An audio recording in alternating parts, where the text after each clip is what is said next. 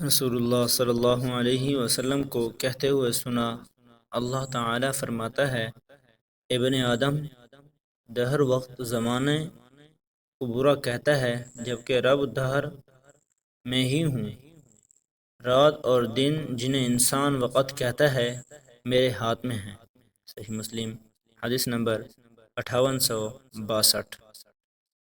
حضرت ابو ہریرہ رضی اللہ تعالی عنہ سے روایت ہے، رسول اللہ صلی اللہ علیہ وسلم نے فرمایا، اللہ عز و جل نے ارشاد فرمایا، ابن آدم مجھے ایذا دیتا ہے، وہ کہتا ہے، ہائے زمانے وقت کی نامرادی۔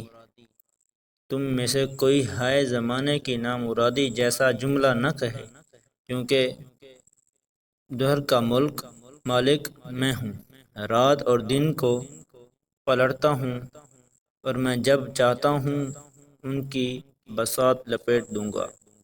صحیح مسلم حدیث نمبر 5864۔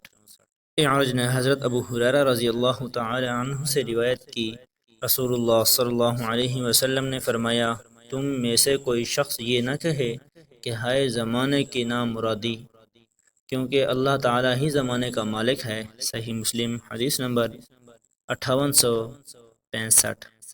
حضرت ابو ہریرہ رضی اللہ تعالی عنہ سے روایت ہے، رسول اللہ صلی اللہ علیہ وسلم نے فرمایا، تم میں سے کوئی شخص زمانے کو برا نہ کہے، کیونکہ اللہ تعالی ہی زمانے کا مالک ہے، اور تم میں سے کوئی شخص عنب انگور اور اس کی بیل کو کرم نہ کہے، کیونکہ کرم اصل میں مسلمان آدمی ہوتا ہے۔